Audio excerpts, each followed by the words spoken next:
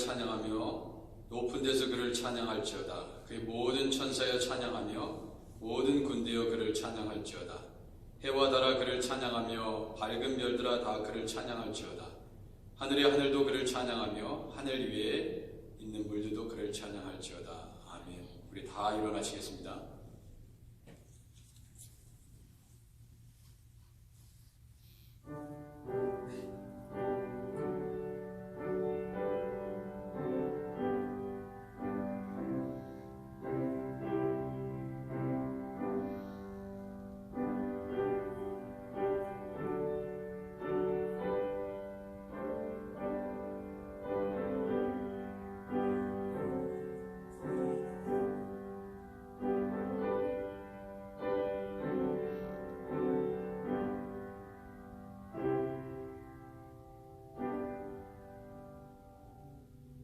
주기도문으로 함께 기도하겠습니다.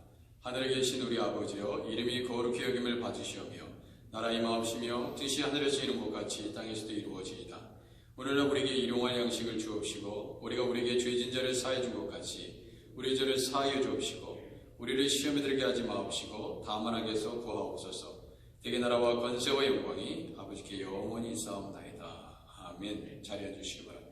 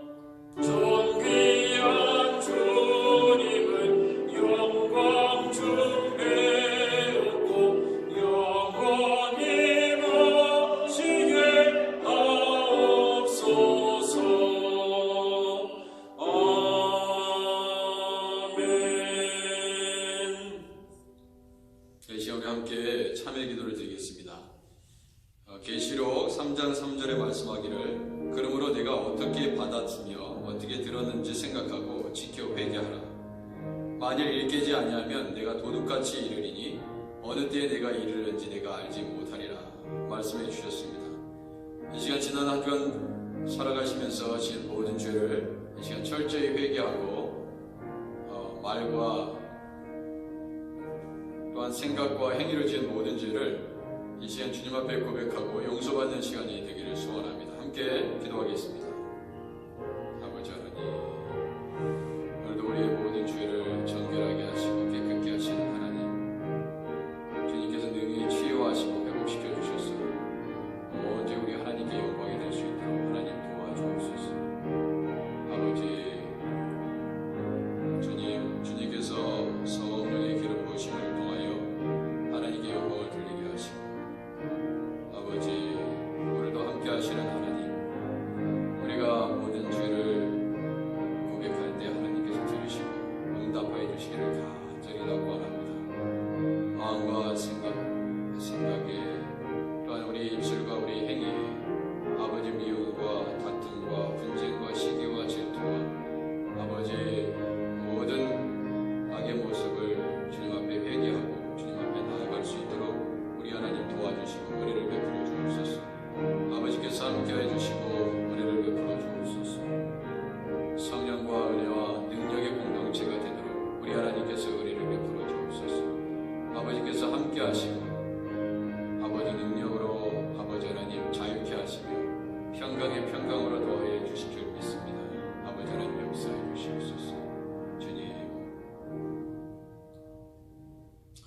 하나님께서는 로마서 8장 말씀을 통해 하나님 앞에 진실로 자복하고 통회하는 우리 모두에게 말씀하십니다. 그러므로 이제 그리스도 예수 안에 있는 자에게는 결코 정죄함이 없나니 이는 그리스도 예수 안에 있는 생명의 성령의 법이 죄와 사망의 법에서 너를 해방하였습니다. 아멘. 우리 함께 찬양하겠습니다.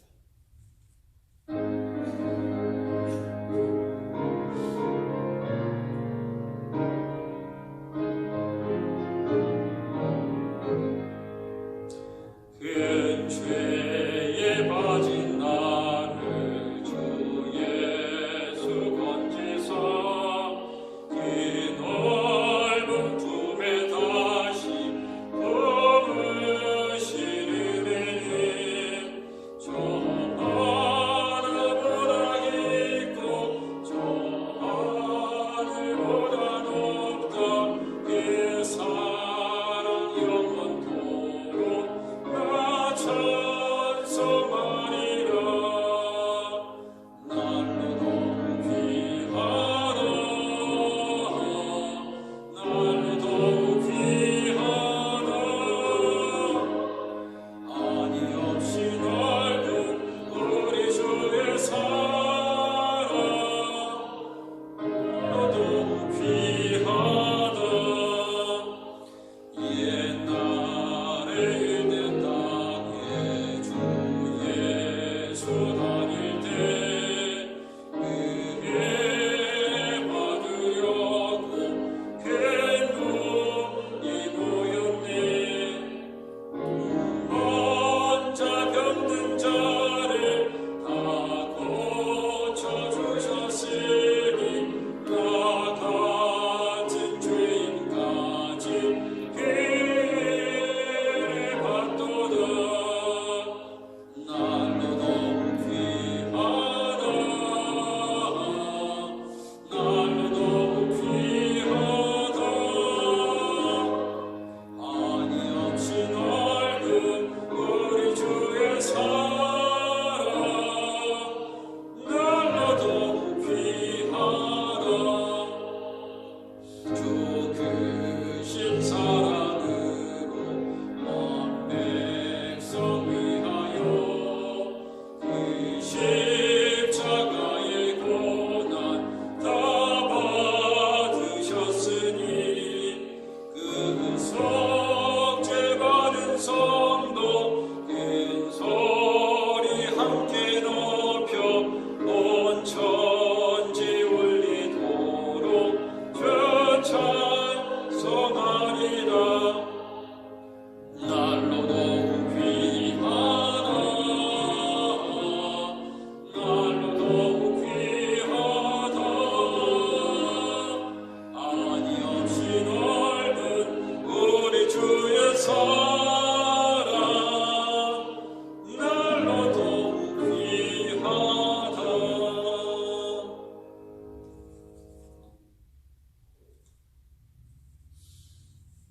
하나님, 거룩하신 성일, 특별히 파더스데이로 모입니다. 하나님께서 이 땅의 아버지들을 통해서 하나님 이루시고 또 가정을 세워가게 하시고 아버지들의 그 수고를 하나님께서 기억하시는 줄 믿습니다.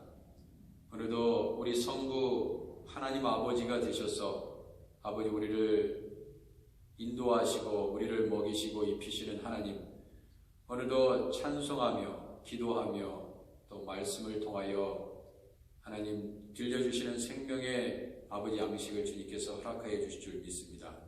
오늘도 예배 가운데 임재하시는 우리 주님 만나게 하시고 성령께서 우리에게를 인도하사 성령께서 기뻐하시는 아버지 하나님 영광을 올려드릴 수 있도록 우리의 마음을 신령과 진정으로 예배드릴 수 있는 옥토의 심령으로 변화시켜 주옵소서. 하나님, 속히 코로나 바이러스가 다 물러가게 하셔서 하나님 예배가 회복되게 하시고 가정이 회복되게 하시고 직장과 또한 일터가 회복되는 은혜가 있게 하옵소서. 우리 예수 그리스도께서 영광 받으시는 귀한 예배가 되기를 소원하고 예수님의 이름으로 기도드립니다. 아멘. 자, 우리 하나님께서 주시는 말씀 누가복음 10장 1절에서 3절까지 말씀입니다.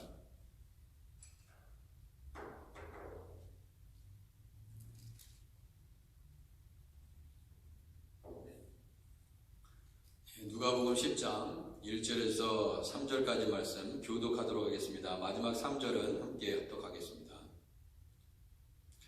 그 후에 주께서 따로 70인을 세우사 친히 가시려는 각 동네와 각 지역으로 두씩 앞서 보내시며 이르시되 추수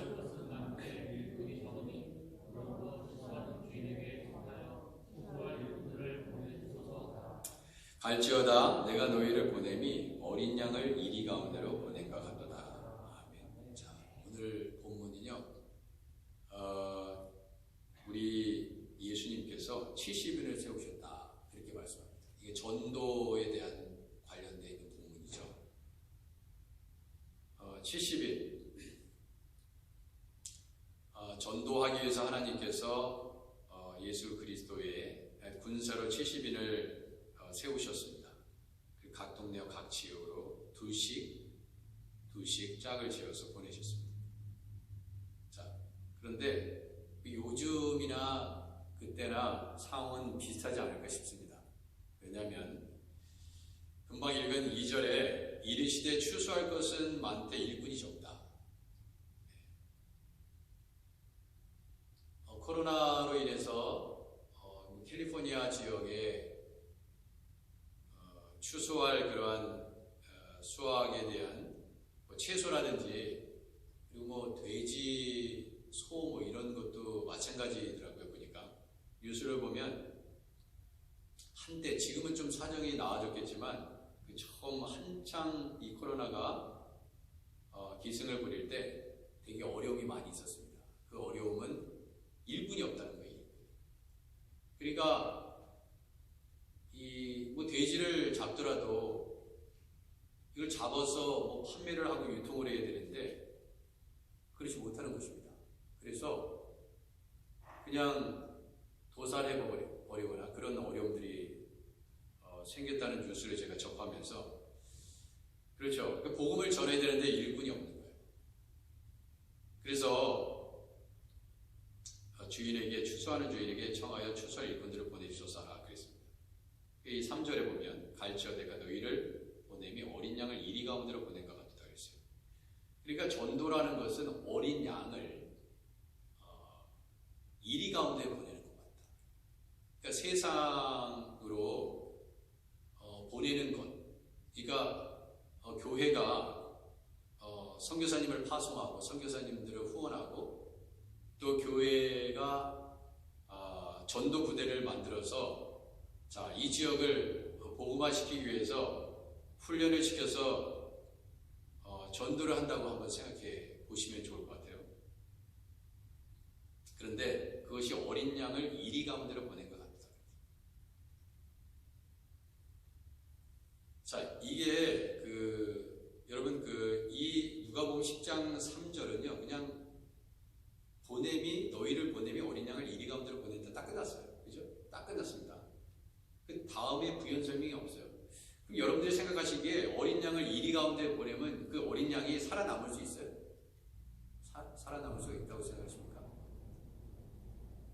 그것도 배부른 이리가 아니고 굶주린 이리라고 생각해보세요. 그러면은 양은 먹이감이에요, 먹이감. 이게 뭐야, 이게 웬 떡이야, 이거. 그냥 저절로 그냥 양고기잖아요, 양고기. 얼마나 양고기가 맛있습니까? 그러면 잡아먹힌다 이거예요, 이게. 근데 복음을 전하는 자들이 마치 이와 같다 이거예요. 그러니까 하나님께서 우리를 전도하는 도구로 사용하실 때 우리는 이러한 각오와 이러한 생각을 가지고 우리가 가고 있냐 하는 것이죠. 우리가 복음을 전하다가 죽을 수도 있구나. 그러니까 뭐 당시와 요즘은 좀 다르고 물론 이 세계에서 벌어지는 일들을 보면 정말 복음을 전하다가 죽는 사람도 많죠. 죽어가고 있죠, 지금도. 근데 사실 이러한 본문들이 잘 이해가 안 될 때가 많습니다. 그러나 분명히 복음을 전하는 일은 생명을 걸고 하는 일이라는 것을 오늘 본문을 통해서 알 수 있습니다. 그렇죠? 근데 이 누가복음은 그냥 10장 3절처럼 제가 다시 한번 읽어드리겠습니다. 갈지어다 내가 너희를 보내미 어린 양을 이리 가운데로 보낸가 같다 그랬어요. 자, 그랬을 때 그러면 이게 죽는 거구나. 그게 쉽게 우리 이해할 수 있어요. 이걸 보면은 이리 가운데 살아남을 수 있는 어린 양은 없기 때문에. 근데 마태복음 10장 16절은 예전에도 언제 제가 설교했는지 모르겠지만 이 구절을 인용했던 적이 있어요. 기억나실 겁니다. 보라 내가 너희를 보냄이 양을 이리 가운데로 보낼 것 같도다. 마태복음 10장 16절이에요. 오늘 본문은 누가복음이었고 10장이었고 마태복음 10장 16절이다 이거예요. 그랬을 때 보라 내가 너희를 보냄이 양을 이리로 가운데로 보내. 그러므로 그랬어요. 근데 그러므로 이후에 구절은 누가복음에는 없어요. 그러므로 너희는 뱀같이 지혜롭고 비둘기같이 순결하라 그랬어요. 이것이 마태복음에는 있는데 누가복음은 없다 이거예요. 왜 없을까? 제가 그런 생각이 들었어요. 근데 이거 없어도 되겠더라고요 보니까. 왜냐하면 죽는 건 마찬가지예요. 죽는 건 마찬가지입니다. 여러분 뱀같이 지혜롭고 비둘기같이 순결해요. 그러면은 양이 이리 가운데 살아남을 수 있을까요? 그러니까 짧은 시간에는 살아남을 수 있을지 모르겠어요. 정말 지혜롭게 비둘기같이 순결하게 뭔가 그것이 답이 될 수 있을지 몰라요. 양이 이리 가운데 가서 복음을 전하다가 뱀같이 지혜롭고 비둘기같이 순결하면 살아남을 수 있을 것이라고 생각이 들지는 모르겠어요. 마태복음 읽으면. 근데 정말 그러네요. 자, 사무엘서 17장 34절에 보면 다윗이 사울한테 이런 얘기를 합니다. 주의 종이 아버지의 양을 지킬 때 사자나 곰이 와서 양떼에서 새끼를 불어가면 내가 따라가서 그것을 치고 그 입에서 새끼를 건져내었고 그것이 나를 해하고자 하면 내가 그 수염을 잡고 그것을 쳐 죽였나이다. 주의 종이 사자와 곰도 쳤은즉 이런 말을 해요. 그래서 여러분 잘 아시잖아요. 다윗이 골리앗을 2m가 넘는 이 골리앗과 싸움에서 이 힘이 있어서 골리앗을 이겼습니까? 그러니까 양이 힘으로 1위를 이길 수 있어요? 못 이기죠. 어미 양, 수컷이든 암컷이든 수장이든 암양이든 아무리 성장해서 덩치가 커진다 하더라도 절대로 이길 수가 없어요. 다윗도 마찬가지입니다. 다윗도 골리앗을 이길 수가 없어요. 힘으로. 그럼 뭘로 이겼나? 지혜로 이겼죠. 지혜로 이긴 것입니다. 삶의 지혜. 본인이 양을 지키면서 그 많은 이리와 곰과 그렇죠?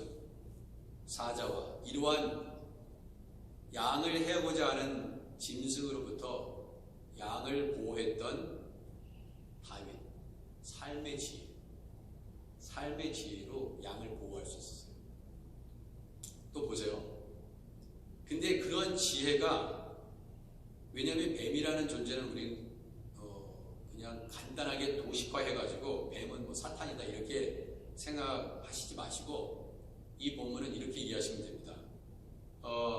유대인에게 있어서도 뱀은 가장 영특하고 지혜로운 그러한 동물을 상징했어요. 그러니까 이 뱀이 하와와 이 아담을 속여가지고 그가 가지고 있는 지혜로 결국 하나님과 멀어지게 하잖아요. 그것이 뱀이었습니다. 근데 어떤 이 교활함. 그런데 여기서 우리가 생각해야 되는 것은 동물 중에 뭐 개미 같은 동물도 무슨 어떤 재앙이 있다거나 뭐 그러면은 다른 곤충들도 어떤 위기 상황에서 가장 민감하게 반응하는 동물 중에 하나잖아요. 이게 뱀은 이런 얘기가 있습니다. 어떠한 천지 뭐 재앙이라든지 이런 게 있으면 가장 먼저 되게 민감하게 반응하는 동물 중에 하나가 뱀이에요.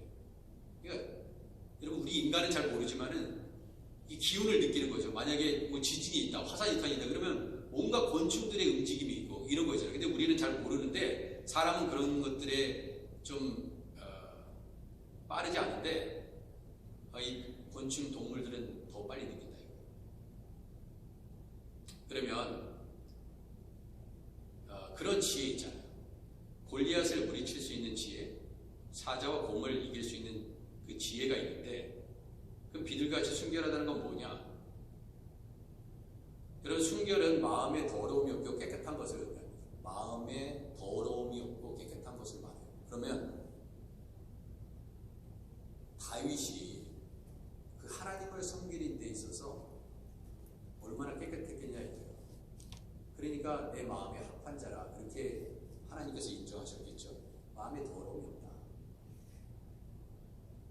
그런 사람이기 때문에 하나님께서 다윗을 통해서 그 순결한 거룩한 마음, 깨끗한 마음을 가진 하나님을 사랑하는 그 신실한 믿음을 보고 그 다윗을 통해서 골리앗을 무너뜨린 것이죠. 그러니까 그에게는 지혜가 있었고 또 하나님을 사랑하는 순결한 깨끗한 믿음의 삶이었다는 것을 알 수 있습니다. 자, 그러면 어린 양을 이와 같이 이리 가운데 보냈을 때 이러한 지혜가 있으면 복음을 전할 수 있는 그러한 준비라고 할까? 그런 것이 잘 준비되어 있는 사람이라고 얘기할 수가 있습니다. 그러면 이런 사람이 복음을 전하는 거야. 이 마태복음 누가복음하고 다르게 이렇게 주석을 달아놨는데 무슨 생각이 저한테는 드냐면 이렇다고 해서 복음을 전하다가 죽지 않겠냐 이거예요. 이 지혜가 있고 순결하다고 해서 목숨이 계속해서 뭐 붙어 있을 수도 있겠지만 하나님의 은혜로 그걸 보장할 수 있겠냐 이거예요. 보장할 수 있습니까? 보장할 수 없어요. 자, 그래서 우리가 복음을 전할 때 이렇게 얘기합니다. 자, 복음을 전할 때 네가 전하는 게 아니야. 우리는 복음을 전할 때 내가 전한다고 생각하면은 두려움 때문에 복음을 전하기 힘들어요. 저 사람이 나에 대해서 어떻게 생각할까? 그렇잖아요. 그런데 마태복음 10장 19절에 이렇게 얘기합니다. 무엇을 말할까 염려하지 말라. 그때 너희에게 할 말을 주실 것이다. 말하는 이는 너희가 아니라 너희 속에 말씀하시는 이 곧 너희 아버지의 성령이시냐 그랬어요. 아, 성령께서 나를 통해서 말씀하시는구나. 그것을 믿고 나아가면 아, 성령께서 하시는 일인데 뭐 내가 뭐 저 사람을 뭐 어떻게 뭐 말로 제어를 해가지고 복음을 전하고 그래서 뭐 그런 게 아니니까. 그러니까 하나님의 말씀에 순종해서 갈 뿐입니다. 나를 통해서 하나님께서 말씀을 전해주시는데 문제는 내가 전한다고 생각하는 것 때문에 못 가는 거예요. 그건 내가 그런 걸 꼭 해야 돼. 그냥 관계전도하면 되지. 뭐 가서 무슨 노방 전도를 하고 뭐 1대1 전도를 하고 뭐 가서 집집마다 가가오고 방문하면서 복음을 전해. 그거 그렇다고 해서 바로 뭐 예수 믿고 그런 것도 아니고 문전박대하고 그냥 말 수도 있는데 못해요. 그런 마음 가지고서는 절대 못합니다. 절대 못해요. 그리고 전도 훈련을 받았어. 그래서 깡물이 뭐 전도지를 외웠다고 생각해요. 근데 갑자기 생각이 안 나네. 그럼 어떻게 하실 거예요? 전도 폭발 훈련을 통해서 했어. 근데 생각이 안 나는 건 어떻게 해? 그때는 했는데. 그럼 어떻게 하실 거예요? 그게 중요한 게 아니에요. 복음을 전할 때는 성령을 의지해야 돼요. 한마디를 전하든 두마디를 전하든. 열심히 외우면 뭐하냐면요. 성령께서 역사하셔야지. 성령께서 역사하셔서 그 마음을 감동시키시고 회개하게 하시고 아, 이제 예수님을 만나야겠다. 아, 뭔가 그게 있어야지. 우리가 줄줄줄 그럼 녹음기 틀어놓고 들으시오 그러면 되지.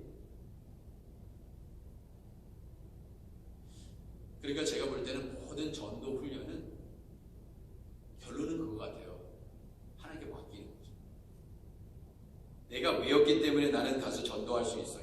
이런 마음을 가지고 전도하면 그건 결국 내 힘을 의지하는 거고 내 능력으로 저 사람을 교회에다 끌어놨어. 그 무슨 의미? 교회에서 끌어놓는 게 중요한 게 아니라 말씀을 통해서 하나님을 만나고 예배를 통해서 하나님 만나고 결국 그것이죠. 자, 그래서 너희 아버지의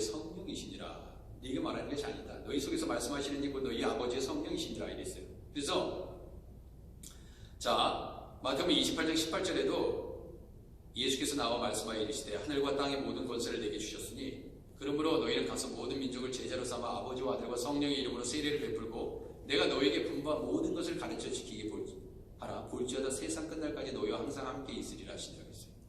자 결국 이것은 복음을 전하는 컨텍스트예요. 그죠? 이것은 유명한 미션 스테이트먼트입니다. 마태복음에 있는 미션 스테이트먼트인데 내가 세상 끝날까지 너희와 항상 함께 있어야 되는 이유가 뭐냐 이거예요. 이거는 너무나 중요한 말씀이지 않아요?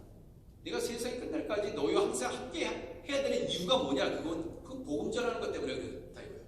여러분 우리가 생활에 힘들고 어려울 때 성령께서 우리와 함께 하시고 위로하실 수 있습니다. 다 성령께서 우리에게 은혜를 주시고 베푸시는데 가장 첫 번째 우선시 되는 것이 복음을 전할 때 함께 하시는 거예요. 그것이 첫 번째입니다. 그래서 내가 너희와 함께 한다는 말씀을 하시는 거예요. 그러면 우리가 성령이 임하면 권능이 임한다고 사도행전 1장 8절에서 얘기하고 있는데 오직 성령이 너희에게 임하시면 권능 그러니까 우리가 뭐 죽은 자도 살리고 뭐 병도 고치고 바다 위를 걷기도 하고 이런 권능 달이 멈췄다 해가 멈췄다 뭐 바다가 갈라졌다 이런 것만 권능이고 뭐 귀신을 내어쫓는 것 뭐 이런 것만 권능으로 우리가 생각하면 안 되고 그것도 물론 다 포함되어 있는 거지만 본질적으로 권능이라는 것은 오직 성령이 너에게 임하시면 너희가 권능을 받는다는 것은 어떤 종류의 권능이냐 이거예요. 이 권능의 종류를 잘 이해하셔야 돼요. 자, 왜 이런 권능을 주셨냐? 성령이 너에게 임해서 권능을 받아야 된다. 그 다음에 그 권능이 어떤 종류인 것을 나타내는 후반절의 사도행전 1장 8절의 내용을 보면 예루살렘과 원이 되어 사마리아 땅끝까지 이르러 내 증인이 되리라 하시니라 이래요. 그러니까 이 권능은 증인이 되기 위한 권능이에요. 성령이 임하니까 예수님의 증인이 된다는 것입니다.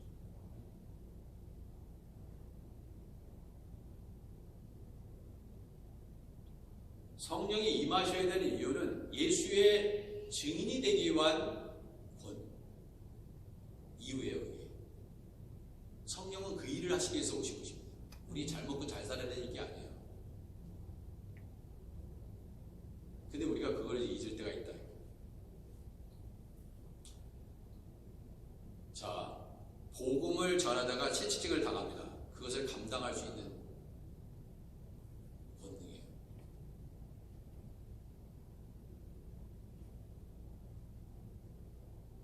자, 성령의 권능이 임해서 복음을 전합니다.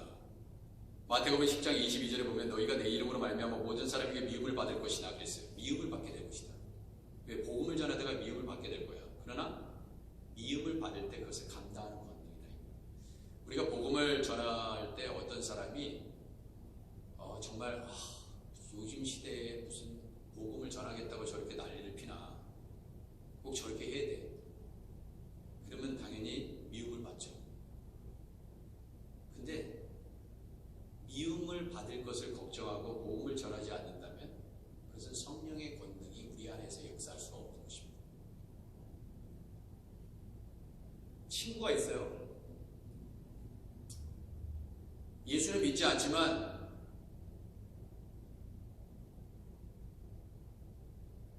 가끔 만나는 뭐 동물에도 그럴 수 있고 만난다 이거예요. 가끔 친구를 만나요. 이 얘기 저 얘기도 합니다. 꼭 예수 믿는 친구만 있는 게 아니잖아요, 여러분.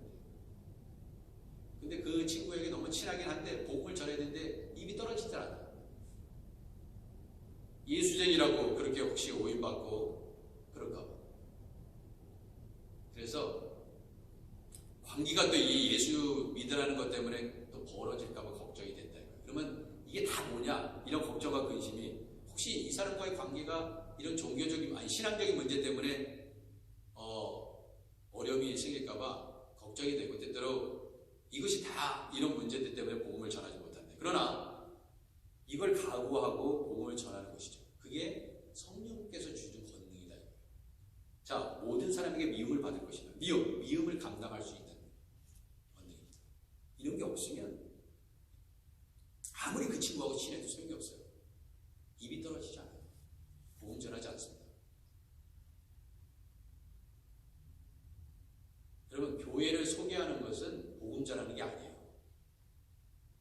우리 교회 한번 와봐. 그 복음 전하는 게 아니에요.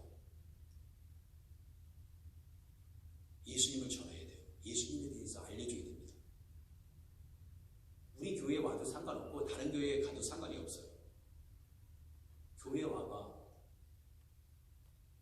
그것으로는 부족합니다.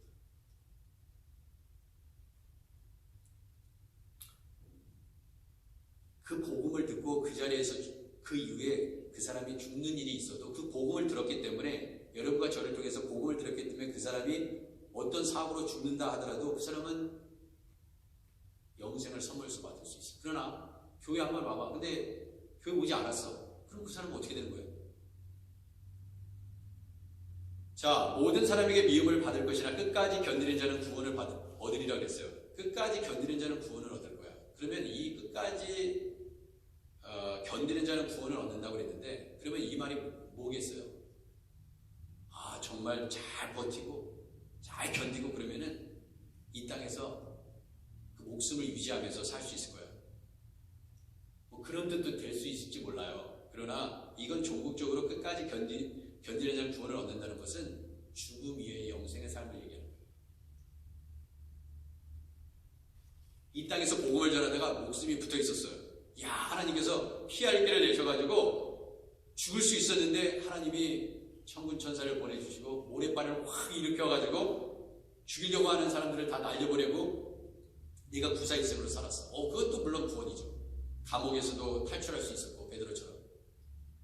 그러나 그게 언제까지 계속 그런 일만 있겠냐 하는 것입니다. 언젠가는 죽어요. 그러나 죽을지라도 너는 살게 될 것이고, 죽는 것 같지만 죽는 것이 아니고 사는 것이다. 그것이 끝까지 견디는 자는 구원을 얻으리라 하는 말씀에 포함되어 있는 미닝이에요. 그 다음 절에 뭐라고 되어 있는지 아세요? 이 동네에서 너희를 박해하거든 저 동네로 피해. 자, 그래서 뱀같이 지혜롭고 비둘같이 온유하니까 박해를 받았어. 근데 왜냐하면 어린 양이 일이 있는 대로 간 거하고 똑같으니까. 그렇잖아요. 그 이리그들이 득식들이라는 세상으로 가가지고 이 어린 양이 아무것도 모르는 이 어린 양이 근데 뱀같이 지혜롭고 지혜와 순결함을 통해 가지고 박해를 받았는데 피해서 살았다 이거야. 그런데 그게 언제까지 그러겠냐 이거야. 그래가지고 이 성경에 나와 있는 신약 성경에 있는 많은 사도들이 끝까지 피해서 자연적으로 자연 수명, 그냥 살만치 살고 다 늙어서 그렇게 죽은 게 아니잖아요. 다 순교했잖아요. 복음을 전하다가 죽을 수 있는 권능, 다른 권능이 아닙니다. 어린 양이 이리로 보냄을 받는다는 것은 결국 죽는 것을, 복음을 전하다가 죽을 수 있는 권능이 성령의 권능이죠. 죽을 때도 죽기까지 죽음 이후에도 함께 하시는 성령의 권능을 경험하라는 뜻이죠. 마태복음 10장 16절, 이거는 누가복음하고 다르게 너희는 뱀같이 지혜롭고 비둘같이 순결하라고 했습니다. 그렇게 해놓고 바로 그 다음 구절에 아주 정말 놀라워요. 어떻게 되어 있냐? 사람들을 삼가라. 그들이 너희를 공의에 넘겨주겠고 그들의 회당에서 채찍질하라. 아니 무슨 말씀을 하시는 거예요 지금? 양을 이리 가운데로 보낸 것 같다다 그렇게 말씀하시고 뱀같이 지혜롭고 비둘같이 순결하라고 그랬으면 그것을 다 모면해야지. 왜 공의에 넘겨주는 일이 있고 회당에서 채찍질 당하는 일이 있습니까? 네? 그러면 안 되는 거 아니에요? 뱀같이 지혜로운데 다 뚫고 나가야지. 그러니까 누가 보면 아예 이걸 생략해버렸던 것 같아요. 이건 의미가 없는 거예요. 이거 없어도 그냥 우리는 보라 너희를 보내면 양을 이리 가운데로 보낸 것 같다. 그리고 주석을 달 필요가 없는 거예요. 그러므로 이 내용이 이해가 필요가 없어요. 왜? 바로 그 채찍당하고 공에 넘겨주고 핍박당하는 장면이 그대로 나와 있는데요. 결국 뱀같이 지혜롭고 비둘기같이 순결하여 최종적으로 얻는 결론은 뭐예요? 죽음을 피해서 성공적인 복음전도 사역을 하고 나서 정말 우리가 전도했더니 사람들이 막 구원을 얻고 그리고 예수를 몇 명 믿었고 그래가지고 사익 보고 이제 교회에 돌아와서 예수님 앞에서 예수님 몇 명 영접했어요. 이렇게 성공적인 사익 보고를 하는 것. 우리가 그렇게 기대할 수 있다 이거예요. 그런데 그런 기대감을 완전히 다 산산조각 내시는 거예요. 왜? 어린 양은요, 일이 만나면 죽게 돼 있어요. 이게 웬 떡이냐? 웬 밥이냐? 웬 먹잇감이냐?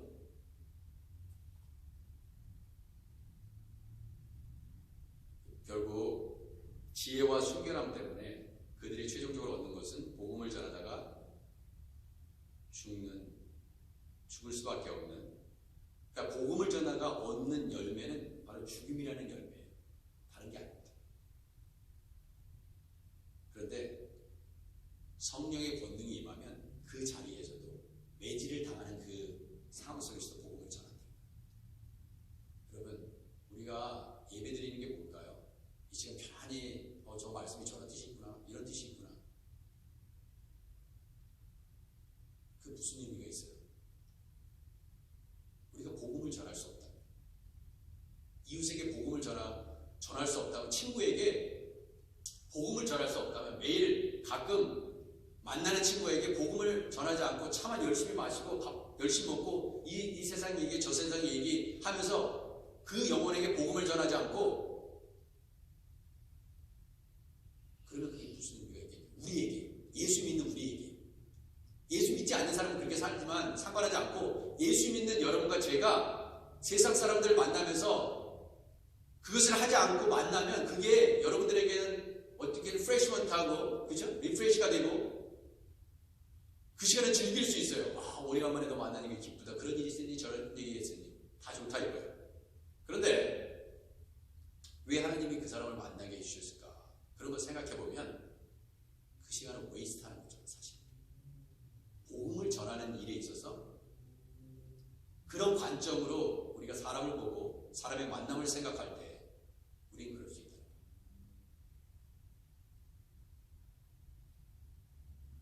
자, 그래서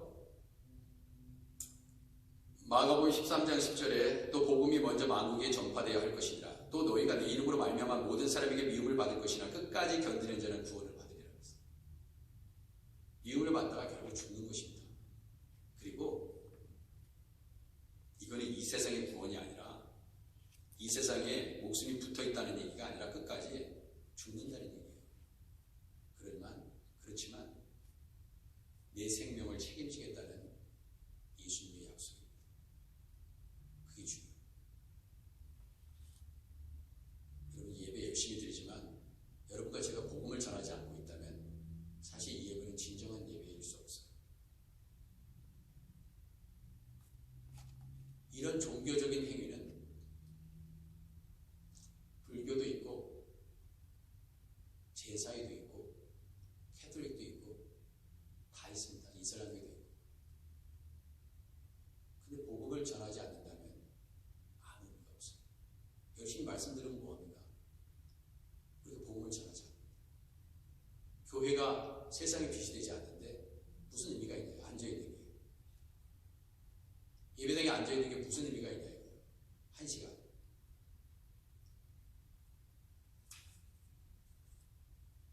누가복음 9장 24절에 보면 누구든지 제 목숨을 구원하고자 하면 잃을 것이라고 했어요.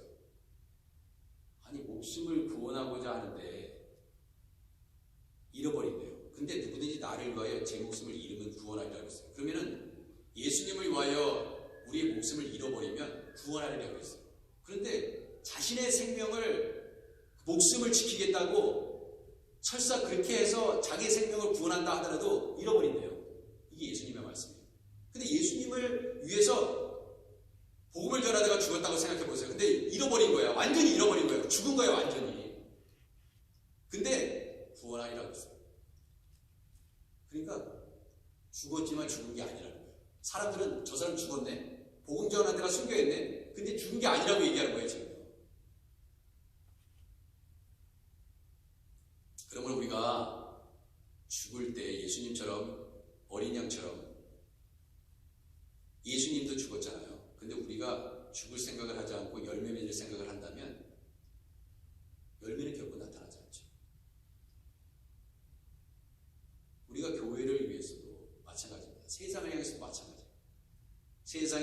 비즈니스를 하더라도 직장 생활을 하더라도 열심히 합니다. 열심히 죽도록 합니다. 다 그런 사람들이 성공했어요. 그죠? 세상에도. 근데 그렇게 죽도록 일할 생각을 안고 열매 맺을 생각, 그런 생각만 한다면 그게 무슨 얼마나 허무한 거냐 이거예요. 허무하죠.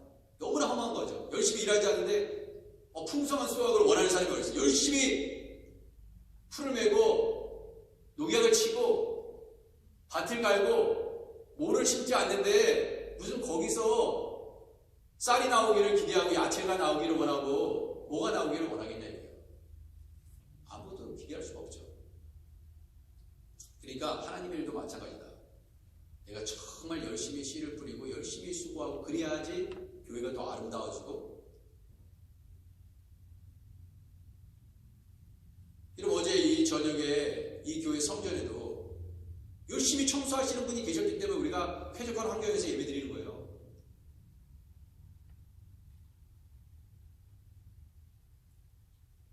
그렇지 않아요. 누군가 죽어졌기 때문에 그래요. 누군가 교회를 위해서 하나님의 밀이 돼서 땅에 떨어져 죽는 일들이 있기 때문에 결국 많은 열매를 맺는 것입니다. 땅에 떨어져 하나님의 밀이 땅에 떨어져 죽지 아니하면 하나님 그대로 있고 죽으면 많은 열매를 맺는데, 근데 우리는 죽을 생각은 안 하고 열매만 기대하고 있는 거예요. 그게 이제 문제. 어떻게 복음을 전하지 않고 교회가 부흥하기를 원합니까? 초대도 안 하는데, 성전을 채우지도 않는데, 데리고 올 생각을 안 하는데 교회가 부흥되기를 원하냐고.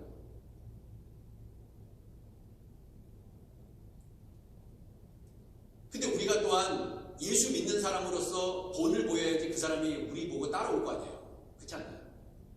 우리 다 부족한 사람이잖아요. 근데 우리가 본이 되게 살지 않아요. 그러니 우리가 전에도 네가 믿는 하나님이라 나 안 믿겠다 야. 친구들이 그럴 수 있어요. 그럼 내가 그 친구 만났을 때 내가 예수 믿는 사람으로서 본을 보여야 되는 것이죠. 관계 전도를 하려면 그렇게 해야죠. 꼭 복음을 말로 전하지 않는다 하더라도, 근데 우리가 그렇게 하지 못한다. 요한복음 12장 25절에도 자기의 생명을 사랑하는 자는 잃어버릴 것이라 그랬어요. 자기의 생명을 사랑해서 잘 지키면 잃어버리지 않아야지 뭘 잃어버리게. 근데 지금 예수님은요 거꾸로 얘기하고 있어요. 자기의 생명을 사랑하는 자는 잃어버릴 것이고, 이 세상에서 자기의 생명을 미워하는 자는 영생하도록 도전해요. 자기 생명을 미워하는 사람 너무 쉽지 않습니다. 자기 생명을 미워하는 사람은 없어요. 그런 사람은 자살하는 사람이지. 근데 예수 믿는 사람은요, 자기의 자존심, 자기의 명예, 자기 생각, 이 모든 것도 다 미워해야 돼요. 그래야 예수님 따라갈 수 있어요. 우리가 정말 안 되는 거죠. 자기의 생명보다 더 중요한 게 어디 있어요? 그런데 자기의 생명을 미워하래요. 그래야 영생하도록 보존하리라 했어요. 자기의 생명을 미워할 수 있어야 결국 뭐예요? 순교할 수 있는 거예요. 저 사람 정말 앞날이 창창한데 어떻게 저렇게 복음을 전하다 죽나. 참 젊은 나이 안 됐다. 나이 들어서 뭐 그러면 모를까. 우리 그렇게 생각할 수 있잖아요. 여러분 예수님 제자들 보세요. 제자들 이렇게 보면요, 다 일이야. 양이 아니었어요. 처음에. 그렇잖아요. 서로 높아지겠다고 얘기해요. 그날에 주님의 좌편에 우편에 앉게 하소서. 어머니까지 동원해서. 베드로와 요한 보세요. 베드로가 요한 보고 그러잖아요. 예수님한테. 저 사람 어떻게 될 거예요 나중에. 네 일이나 신경 써. 네 일이나 그러잖아요. 그 12제자 사이에서도 이렇게 보면은, 근데 결국 이 이리 같은 제자들이 양이 될 수 있었어요. 그리고 그 양은 일종의 번제물인데, 여러분 이리가 번제물로 드려지는 경우는 없습니다. 구약성경에 한번 찾아보세요. 이리가 번제물로 드려졌다. 없어요. 근데 오직 양. 그러니까 예수님이 어린 양으로 오신 거예요. 이리로서는 하나님께 드려줄 수 없어요. 우리가. 이리 같은 마음을 품어서는 하나님께 드릴 수 없습니다. 완전히 그 존재가 양으로 바뀌어야 돼요. 그래서 그 제자들이요, 유다 빼놓고 전부 다 순교한 거예요. 순교할 수 있었던 것입니다. 그게 뭐예요? 양이 됐기 때문에. 우리가 예수님 믿으면서 잘못하면 이리의 모습으로, 이리의 마음으로 주님을 섬긴다 할 수 있습니다. 근데 우리 주님이 양이 되기로 해요. 근데 그 양이 될 수 있는 방법은 결국 자기의 모든 것을 다 내려놓고 따라가는 길밖에 없습니다. 그게 부인이에요. 자, 아주 흥미로운 얘기를 제가 말씀드리겠습니다.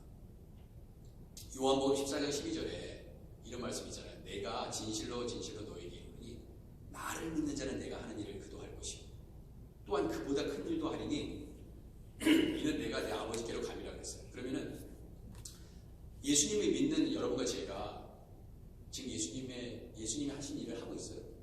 그렇게 생각하십니까? 자, 예수님이 하신 일 중에 많은 일이 있지만 그냥 뭐 기적 얘기를 좀 해보겠습니다. 바다 위를 걸어본 기적이 있으세요? 그런 경험이 있으세요? 예수님이 하신 일을 안 되잖아요. 그리고 뭐 오병이의 기적을 나타낸 적이 있어요?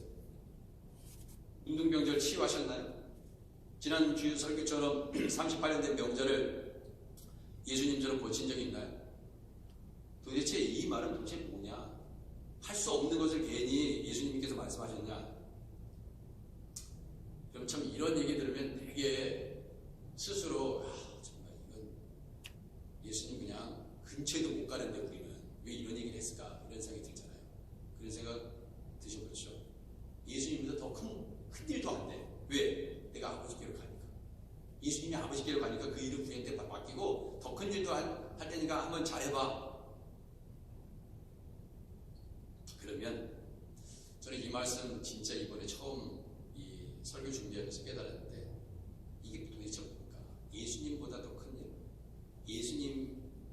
예수님이 하신 일을 나도 할 수 있어? 그건 뭐냐면 정답을 말씀드릴게요. 죽는 일이에요. 죽는 일. 여러분, 사랑하는 사람을 위해서 여러분이 차 한 대를 사줄 수 있고 집도 사줄 수 있고 땅도 줄 수 있고 뭐 선물도 줄 수 있어요. 사랑하기 때문에. 사랑하면 여러분 다 주실 수 있어요. 그러니까 사랑의 정도에 비례해서 다 주실 수 있어요. 여러분의 자녀한테 왜 다 주시는지 알아요? 사랑하기 때문에. 사랑할 수 없으면 줄 수 없어요. 사랑하기 때문에 주는 거예요. 그런데 다 줄 수 있어. 내가 가진 몽땅 절반이라도 줄 수 있고 3분의 2 다 줄 수 있는데 이거는 내가 너한테 줄 수 없다. 그게 뭐예요? 생명이에요. 콩팥도 떼어줄 수 있어요. 장기의 일부를 떼어줄 수 있습니다. 그러나 생명을 바꿀 수는 없어요. 생명을 다 줄 수 있다면 사랑의 끝이에요.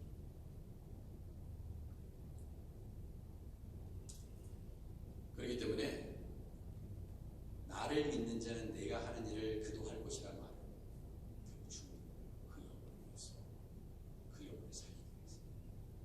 여러분, 양은요 이리 때 가면 죽어요. 근데 왜 가는지 아세요?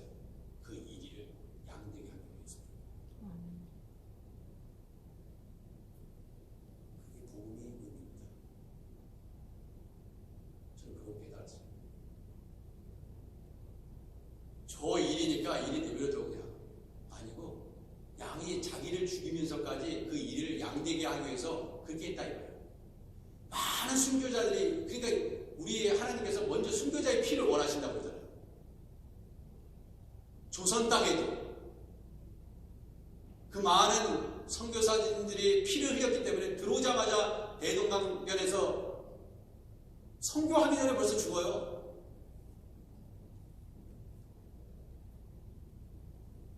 내가 배신당했으니까 너도 배신당해라. 내가 조롱받았으니까 너도 조롱받아. 나도 죽었으니 너도 죽어. 그래야 그게 인이가 양되는 길이다. 사랑하는 성도 여러분 성령 충만, 오직 성령이 너에게 임하시면 권능을 받고. 잘 생각해 보세요. 그 권능 왜 줬습니까? 내가 성령에 이런 은사가 있으니까 자랑하라고? 아니요. 복음 전하라고, 교회 세우라고. 그 은사 왜 줬습니까? 다른 사람에 비해서 내가 갖고 있는 재능이 왜 있습니까? 교회 세우라고. 내가 준 거야. 네 능력 아니야. 네 지혜 아니다.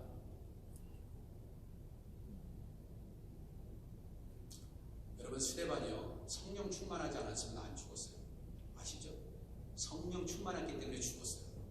성령 충만했던 열매가 죽음으로 나타났어요. 사도행전 7장 55절, 스데반이 성령 충만하여 하늘로 오르러 주목하여 하나님의 영광과 및 예수께서 하나님 우편에 서신 것을 보시고, 설교하고 있으니까 큰 소리를 지르며 귀를 막고 일제히 그들에게 달려들었고요. 그때 사울이 있었죠.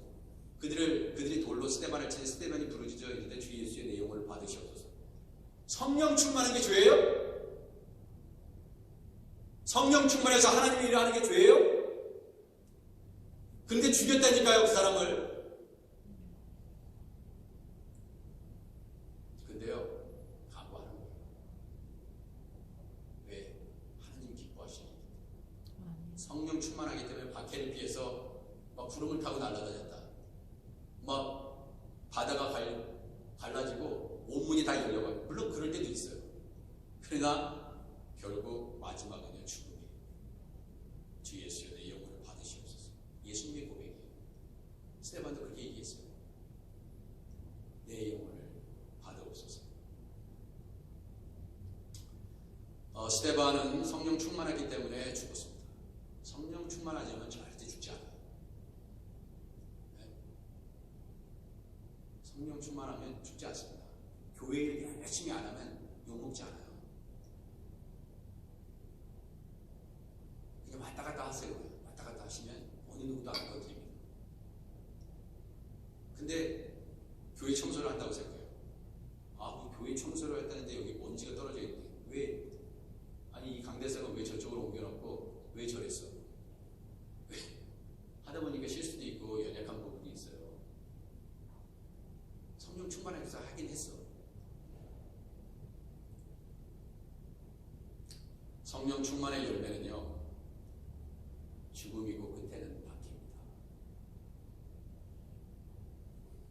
근데요, 스데반이 그렇게 어린 양처럼 예수님처럼 죽었더니, 예수님이 그래 죽었더니 11 사도가 다 순교했잖아요. 어린 양이 돼서 그 자신이 산 제물이 됐잖아요. 스데반이 죽어서 어떻게 됐어요?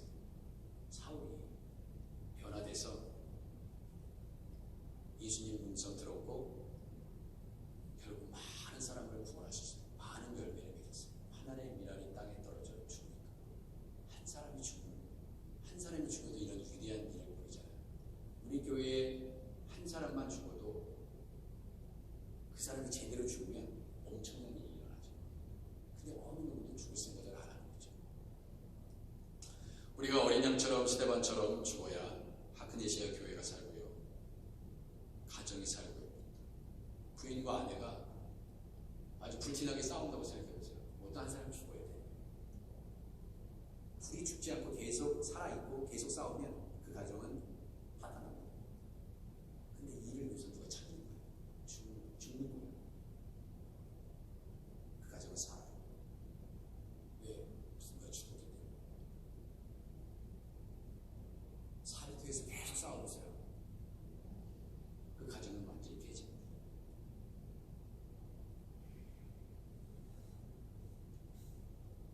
예수님이 죽었기 때문에 결국 우리도 죽어야 하고요. 이를 위해서 양이 죽어야 된다는 거예요. 왜 양이 이를 위해서 죽습니까? 이를 양되게 하기 위해서. 그게 뭐냐? 전도를 하는 것이죠. 그러니까 전도로 파송받는 것은 사실 죽으라는 명령이에요. 그거 없이 내가 살아서 돌아오겠다, 언제든지 살아서 돌아오겠다, 그건 사실 전도의 의미는 아닙니다.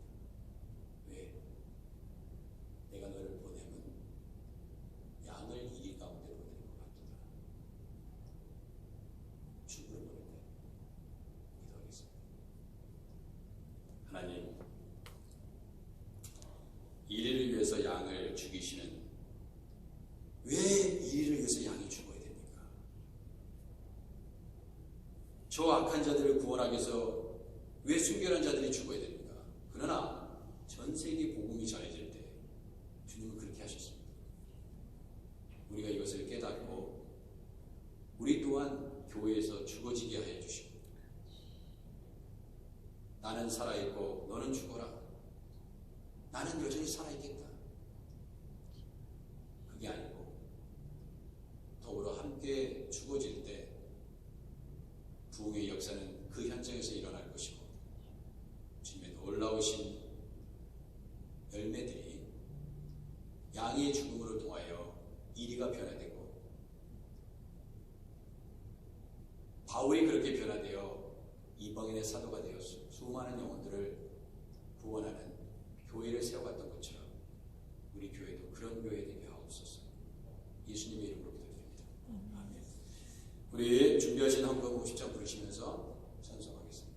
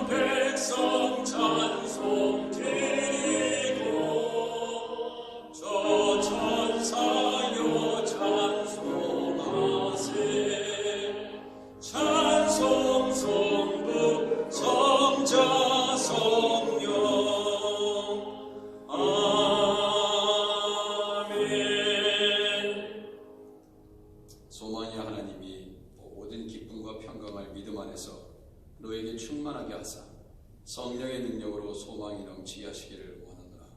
주님, 우리에게 소망이 되시는 하나님, 기쁨과 평강이 믿음 안에서 우리에게 넘치게 하사 또 하나님이 주신받은 아버지 그 감사의 마음을 예물로 올려드립니다.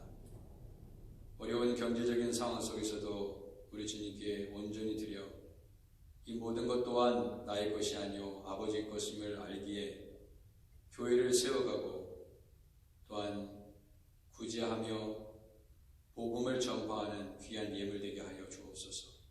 11조와 구제와 선교, 주일, 지정 여러 가지 예물을 하나님께서 기쁘게 흠명하시고 아버지 우리 하나님께서 기뻐하시는 선한 일들 감당하는 교회 되게 하옵소서.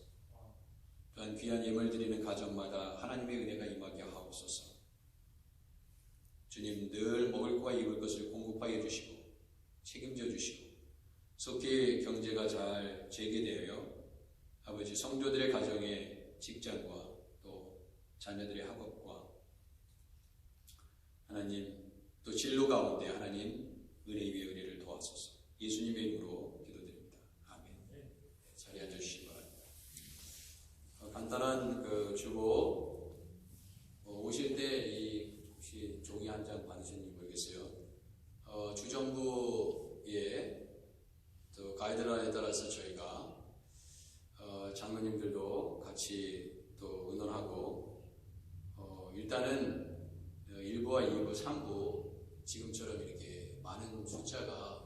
것보다 확 개방하는 것보다 예배당 한 50여 명 정도로 1부, 2부, 3부를 이렇게 드려서 좀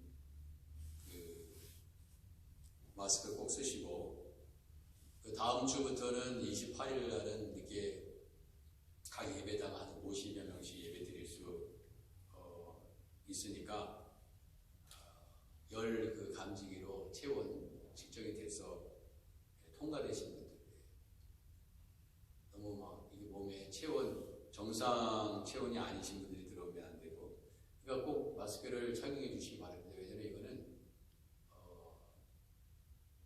나는 뭐 괜찮다 그게 아니고 이제 다른 사람들을 위한 배려죠. 배려니까 꼭 착용해 주시기 바랍니다.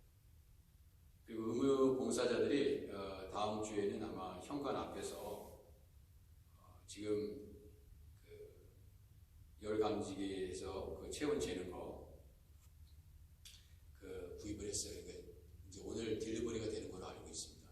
딜리버리 되면 3개 정도 구입했는데 그것 꼭 통과되신 분들만 안전을 위해서 그렇게 하도록 하겠습니다. 그리고 또 한 가지 우리 서무승 목사님 이제 지난 4년 동안 전도사님으로서 찬양사역과 청년부를 섬겨오셨는데 이제 목사 안수 후에 또 새로운 사역지를 놓고 기도하고 출발하고자 합니다. 여러분들이 기도해 주시고 전도사님 가정을 위해서 목사님 가정을 위해서 여러분 많은 기도를 부탁드리겠습니다. 우리 다 일어나셔서 마지막 찬송 1절과 4절 부르신 다음에 축도의 예배를 마치도록 하겠습니다.